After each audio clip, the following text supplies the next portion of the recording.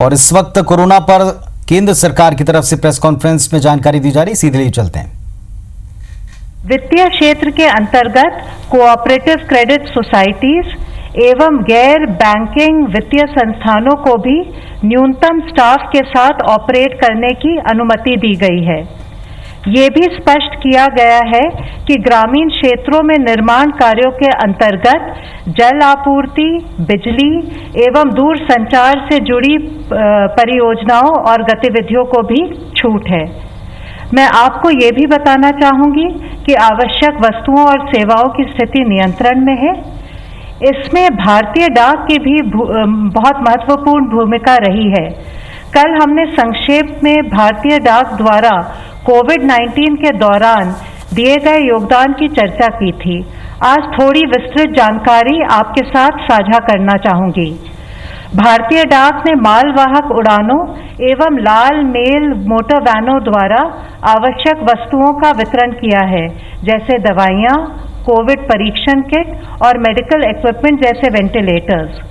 उन्होंने 100 टन से अधिक दवाई एवं मेडिकल इक्विपमेंट अस्पतालों एवं अन्य ग्राहकों तक पहुंचाया है।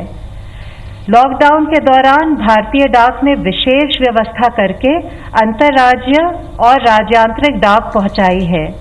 डाक विभाग प्रयासरत है कि लोगों को उनकी पेंशन राशियों का भुगतान तथा सरकार के अन्य सामाजिक लाभ उनके द्वार तक पहुंचाएं। आधार आधारित भुगतान प्रणाली का प्रयोग करते हुए लगभग 2 लाख डाकिये और ग्रामीण डाक सेवक किसी भी बैंक से संबंधित राशि का भुगतान इंडिया पोस्ट पेमेंट बैंक्स के माध्यम से ग्राहकों को उनके द्वार पर सुनिश्चित करा रहे हैं। इस प्रकार सैकड़ों करोड़ रुपए की राशि सामाजिक सुरक्षा पेंशन तथा प्रत्यक्ष लाभांतरण के रूप में विधवाओं, वरिष्ठ नागरिकों और दिव्यांगजन लाभार्थियों को उनके द्वार तक मुहैया कराई गई है। भारतीय डाक ने जिला प्रशासन एवं गैर सरकारी संस्थाओं के साथ भी मिलकर खाद्य पदार्थ और राशन का वितरण किया है। देश के विभिन्न भागों में मोबाइल पोस्ट ऑफिस कार्य कर रहे हैं, जो आधारभूत डाक और वित्तीय सेवा प्रदान कर रहे हैं। इन सेवाओं द्वारा लॉकडाउन पीरियड में हमारा उद्देश्य है कि लोगों को राहत मिले। धन्यवाद। स्वास्थ्य मंत्रालय की तरफ से अब तक 1749 पीपल क्योर हो चुके हैं और उस तरीके से अगर देखें तो 13.06% पीपल वो रिकवर हुए हैं। कल तक की अगर कंफर्म संख्या देखें तो 13,387 कंफर्म केसेज आए हैं। लास्ट 1 डे के अंदर 1007 केस रिपोर्ट हुए हैं। लास्ट 24 आवर्स में 23 नई डेथ्स भी रिपोर्ट हुई हैं। हम अब तक की अगर स्थिति को देखें तो पाते हैं कि लॉकडाउन से पहले अगर हमारे देश का डबलिंग रेट ऑफ केसेज लगभग 3 दिन था, तो पिछले 7 दिनों को अगर डेटा देखते हैं तो हमारा डबलिंग रेट अब 6.2 डेज है। और मैं आप लोग की दृष्टि में लाना चाहूँगा कि 19 स्टेट्स ऐसे हैं, 19 स्टेट्स और यूनियन टेरिटरीज ऐसे हैं जहाँ पर कि डबलिंग रेट देश के एवरेज से भी कम है। और वे स्टेट्स हैं केरला, उत्तराखंड, हरियाणा, लद्दाख, हिमाचल, चंडीगढ़, पौंडीचेरी, बिहार, उड़ीसा, तेलंगाना, तमिलनाडु, आंध्र प्रदेश, दिल्ली, यूपी, कर्नाटका, जम्मू एंड कश्मीर, पंजाब, असम और त्रिपुरा। मैं आप लोगों की दृष्टि में लाना चाहूँगा कि doubling rate is a product of how we are trying to manage the situation at field level. ये एक ऑनगोइंग प्रोसेस है और इस डबलिंग रेट को और कम करने के लिए और बेहतर करने के लिए हमें अपनी विजिल को उसी हिसाब से, उसी इंटेंसिटी से करना पड़ेगा। इसी तरह से हमने सिचुएशन को एक और तरीके से एनालाइज किया, जिसको हम कहते हैं growth factor. Growth factor calculate किया जाता है कि जो नए केसेस आए हैं उनको उससे पहले वाले दिन कितने केसेस आए थे उसके प्रोपोर्शन में कैलकुलेट किया जाता है। तो अगर हम इस डेटा को भी देखें तो पाते हैं कि अगर हम 1 अप्रैल से 1.2 के एवरेज ग्रोथ फैक्टर को देख रहे हैं, जबकि इससे 2 हफ्ते पहले यही ग्रोथ फैक्टर 2.1 एवरेज था 15 मार्च से 31 मार्च तक, तो हम पाते हैं कि करीब 40% डिक्लाइन हुआ है ग्रोथ फैक्टर में। और ये डिक्लाइन भी तब हुआ है जब एक साथ हम लोग दूसरी तरफ से प्रयत्न करके नंबर ऑफ केसेस जहां पर सैंपल्स कलेक्ट हो रहे हैं, सारी और ILI के केसेस के भी सैंपल कलेक्ट हो रहे हैं, तो हम अपना नंबर ऑफ सैंपल्स भी देश में बढ़ाते आ रहे हैं। इसी के साथ ही हमने एक आउटकम रेशियो भी कैलकुलेट किया। आउटकम रेशियो कैलकुलेट करते हैं जो केसेस रिकवर्ड हुए हैं वर्सेस जो केसेस जिनमें डेथ रिपोर्ट हुई हैं। मैं आप लोगों की दृष्टि में लाना चाहूंगा कि देश की तरफ से देखें तो हर केस, हर डेथ एक चिंता का विषय है। और उसी समय में लेकिन अगर हम देखें तो हमारे यहाँ पर केसेस हैं करीब 80% अगर हमारे केसेस रिकवर हो रहे हैं और 20% केसेस में डेथ अगर जैसे रिपोर्ट हुई है, तो ये दूसरे देशों से अगर कंपेयर करें तो शायद हम कुछ बेहतर कर रहे हैं और हमें इसे और बेहतर करने की हमें एफर्ट करना है कि हम अपना ट्रीटमेंट और केयर फर्दर इंप्रूव करते रहें ताकि हम इस रेशियो में फर्दर इंप्रूवमेंट ला सकें। साथ ही 5 lakh rapid antibody test kits सभी राज्यों और जिलों में जहां पर भी हाई केस बर्डन नोट किया गया था वहां वितरित किए जा रही हैं। कल एम्स ने भी कोविड-19 से संबंधित मैकेनिकल वेंटिलेशन मैनेजमेंट पर फिजिशियंस की एक ऑनलाइन ट्रेनिंग को ऑर्गेनाइज किया था। आज माननीय ग्रुप ऑफ मिनिस्टर्स जो हमारे माननीय हेल्थ मंत्री की अध्यक्षता में, उसमें फर्दर रोड मैप लॉकडाउन और एक्सटेंडेड लॉकडाउन की स्थिति में हमारा क्या डायरेक्शन होना चाहिए उस पर एक विस्तृत चर्चा हुई। उसमें मुख्यतः diagnosis, vaccines, drugs, hospital equipment accessories और जनरल वेलनेस से निपटने के लिए साइंस एंड टेक इंस्टीट्यूट जो हैं उनके एफर्ट्स का रिव्यू किया गया। हमारे को यह लड़ाई हर फ्रंटियर पर लड़नी है और फील्ड पर लड़ाई लड़ते हुए एक हमारा फ्रंटियर है साइंस एंड टेक, जिसके द्वारा हमें इस लड़ाई को आखिर में जीतना पड़ेगा। उसी के तहत council for scientific and industrial research, department of biotechnology, department of science and technology और डिपार्टमेंट ऑफ एटॉमिक एनर्जी, वहां पर कंटिन्यूड इस विषय में एफर्ट चल रहे हैं, जिसके तहत ही इन चारों ऑर्गेनाइजेशंस ने टेस्टिंग कैपेसिटी को बढ़ाने के लिए भी अपनी 30 लैब्स का योगदान दिया है। हमारे एफर्ट्स प्राइमरीली फोकस्ड हैं न्यू रैपिड और एक्यूरेट डायग्नोस्टिक किट्स बनाने में, जो कि अपना रिजल्ट 30 मिनट में दे सकें। साथ ही इनोवेटिव पूलिंग स्ट्रैटेजीज बनाने में, ताकि हम लिमिटेड टेस्ट होते हुए भी अगर उसको और एक्सपैंड करना चाहें, larger number of people cover करना चाहें, उसके लिए काम कर सकें। इसके साथ ही इंडिजिनस सिंथेसिस जो क्रिटिकल कंपोनेंट्स हैं हमारे को डोमेस्टिकेट प्रोडक्शन के लिए, उसको हम कैसे बढ़ाएं, उस पर एफर्ट्स हो रहे हैं। साथ ही वायरल सीक्वेंसिंग, जिसके द्वारा हम एपिडेमियोलॉजी और पोटेंशियली इंपॉर्टेंट म्यूटेशंस को आइडेंटिफाई कर सकें, उस पर काम चल रहा है। इसके साथ ही वैक्सीन डेवलपमेंट की दिशा में inactivated virus, antibodies to major antigens, monoclonals और RNA बेस्ड वैक्सीन पर भी काम किया जा रहा है। भारत ग्लोबल पार्टनर्स के साथ काम कर रहा है ताकि हम ये सुनिश्चित कर सकें कि हमारी इफेक्टिव वैक्सीन डेवलप की जाए और हम जल्द से जल्द उसको पब्लिक को मुहैया करा सकें। यह एक टाइम कंज्यूमिंग एफर्ट्स है, लेकिन हमारे सारे एक्शंस इस पर फोकस हैं कि कैसे हम इस प्रोसेस को स्पीड अप करें। इसी के तहत रिकॉम्बिनेंट BCG और माइकोबैक्टीरियम इंडिका स्ट्रेन जैसे इम्यून बूस्टिंग वैक्सीन पर भी काम हो रहा है। कॉन्वलेसेंट प्लाज्मा थेरेपी पर भी कुछ साइट्स पर काम चल रहा है। DBT ने इसके साथ ही लार्ज स्केल एफर्ट्स लिए हैं कि कैसे ह्यूमन मोनोक्लोनल एंटीबॉडीज फॉर कोविड-19 पर काम करें। इसके साथ ही एक और विषय बहुत मुख्य है, वह है कि हम इफेक्टिव ड्रग्स पर भी कुछ काम करें। हमारे सामने वर्तमान में कई पोटेंशियल ड्रग्स हैं, जिसमें से कोई भी अभी फुली प्रूवन नहीं है और उनमें से कोई भी अगर इंडिया में नहीं बनती है तो उस पर भी हमें एफर्ट करने की जरूरत है। इसी समय में जब ये अनसर्टेनिटी है तो हमारा एफर्ट है कि इंडिया इस drugs manufacturing, drugs multi process में काम करे। एक मल्टी प्रोंग रणनीति के तहत हम काम कर रहे हैं, जिसमें कि इम्यून सिस्टम को बूस्ट करने में भारत की जो ट्रेडिशनल नॉलेज है उसका भी ध्यान रखा जा रहा है।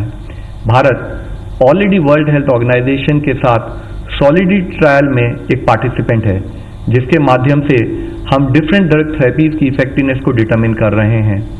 Scientific task force existing drugs को रीइवैल्यूएट कर रही है ताकि उनको जरूरत पड़े तो कोविड-19 के लिए रीपर्पस किया जा सके। एंटीवायरल ड्रग्स ने जो कुछ स्टडीज में अब्रॉड में हमें इनिशियल प्रॉमिस दिखाया है, CSR की लैब के द्वारा इन ड्रग्स पर भी काम चल रहा है, जिसमें कि मुख्यतः उमिफेनोफिर और फेविपिराविर ड्रग जो हैं उनके इंडिजिनस सिंथेसिस के लिए भी हम कार्य कर रहे हैं। फाइटो फार्मास्यूटिकल्स और ट्रेडिशनल मेडिसिन सिस्टम्स को भी हम एक्सप्लोर कर रहे हैं। साथ ही हमारा एक मेजर एफर्ट है कि जब हम ये एक्सरसाइज कर रहे हैं तो जो हमारे अप्रूवल सिस्टम्स हैं between ministry of health and research organisation, हम उनको भी त्वरित गति से करें ताकि हम जल्दी से जल्दी जो भी हमारी रिसर्च हो उसको पब्लिक तक ले जा सकें। इसके साथ ही personal protective equipment, oxygen concentrators, ventilators और ऐसी एंसिलेटरी सपोर्ट डिवाइसेस पर भी CSIR के engineering labs, Shri Chitra institute द्वारा इंडिजिनस डिजाइन बनाए जा रहे हैं। एक मैन्युफैक्चरिंग फैसिलिटीज को आंध्रा मेडटेक जोन में डिपार्टमेंट ऑफ बायोटेक्नोलॉजी ने ऑलरेडी सपोर्ट किया है। RT-PCR किट्स का इंडिजिनस मैन्युफैक्चरर्स पर काम हो रहा है और हम उस स्थिति में होंगे कि इंडिजिनसली इसमें 10 लाख किट पर मंथ मई में बनाई जा सकें।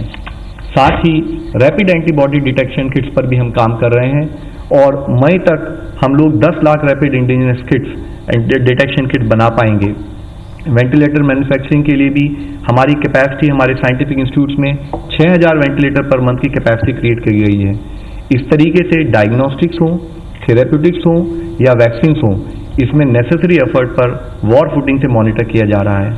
कल स्वास्थ्य मंत्रालय की तरफ से स्टेट के साथ वीडियो कॉन्फ्रेंस करते हुए हमने स्टेट्स को कुछ फोरकास्टिंग टूल्स भी शेयर किए हैं, जिसके द्वारा स्टेट और डिस्ट्रिक्ट लेवल पर उनका जो प्रिपरेटरी एक्सरसाइज है in terms of Covid dedicated hospital, in terms of Covid dedicated care centres, उसकी वह एनालिसिस करके पा सकते हैं कि वह सफिशिएंट है या नहीं, और अगर नहीं है तो उनको किस डायरेक्शन में एफर्ट करना चाहिए based on the expected case load.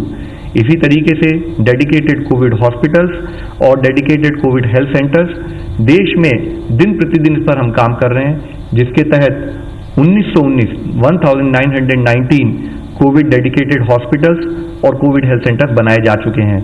Total of अगर उसमें देखें तो 1,73,000 आइसोलेशन बेड्स और 21,800 ICU बेड्स में उसके द्वारा तैयार किए जा चुके हैं। यह मैं आप लोगों की दृष्टि में इसलिए लाना चाहता हूं कि हर तरीके से एफर्ट चल रहा है कि अगर केसेस आए देश हर तरीके से उससे निपटने के लिए तैयार रहे। इसी के तहत हर स्टेट में, हर डिस्ट्रिक्ट में एफर्ट चल रहे हैं। जब चारों तरफ देश में एफर्ट चल रहे हैं तो उस समय में किसी एक पर्टिकुलर स्टेट में कोई पॉजिटिव एफर्ट मैं आप लोगों की दृष्टि में लाना चाहूँगा। जैसे कि आज उदाहरण के तौर पर मैं आपको दिखाना चाहूँगा कि कैसे अहमदाबाद में एक डेडिकेटेड कोविड हॉस्पिटल बनाया जा रहा है।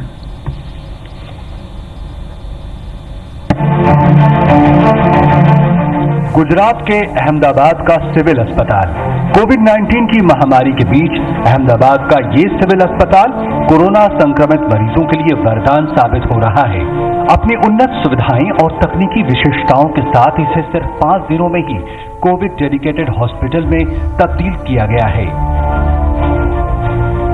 तो सब परिस्थितियों में जो इक्विपमेंट्स है, दवाइयों का जत्था है, रिक्वायरमेंट जो कंज्यूमेबल्स की है, डॉक्टर्स और नर्सिंग स्टाफ और जो हेल्थ केयर वर्कर है उसके लिए जो प्रोटेक्शन की सुविधा है, जिसमें सिंपल मास्क, N95 मास्क और PPE किट जो होती है वो सब की सुविधा हमने मुहैया करा के रखी है।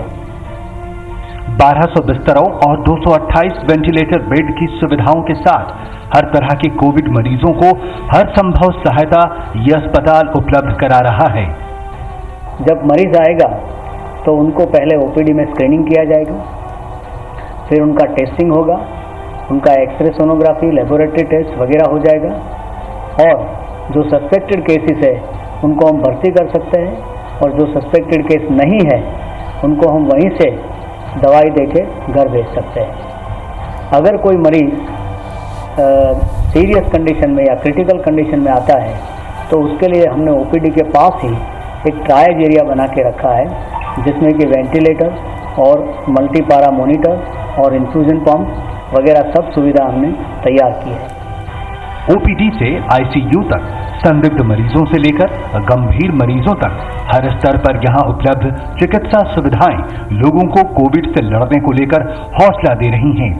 कोविड पॉजिटिव मरीज अगर बच्चा है तो यहां पेडियाट्रिक वार्ड भी उपलब्ध है। अगर कोई बुजुर्ग है या किसी को गुर्दे की समस्या है तो डायलिसिस की सुविधा भी इसी कोविड अस्पताल में मौजूद है। पेशेंट की कंडीशन जैसे कि वो स्टेबल पेशेंट है या क्रिटिकल पेशेंट है उस हिसाब से, और दूसरी बात कि उसको डायबिटीज, हाइपरटेंशन या कोई हाई रिस्क बीमारी जैसे हार्ट की बीमारी या किडनी की बीमारी है तो उस तरह से उनको अलग प्रकार की सुविधा और ट्रीटमेंट सबकी ज़रूरत होती है, उसके हिसाब से रखते हैं। समय के साथ जैसे ही नए नए मामले आ रहे हैं, सारे मेडिकल स्टाफ जरूरत के मुताबिक ड्यूटी के बाद अस्पताल में ही रह रहे हैं ताकि वो हर समय अपनी सेवाएं देने के लिए तैयार रहें। जो स्टाफ काम करेगा डॉक्टर से लेके हाउसकीपिंग तक, वो 8 घंटे की ड्यूटी करेगा, फिर 16 घंटे वो आराम करेगा।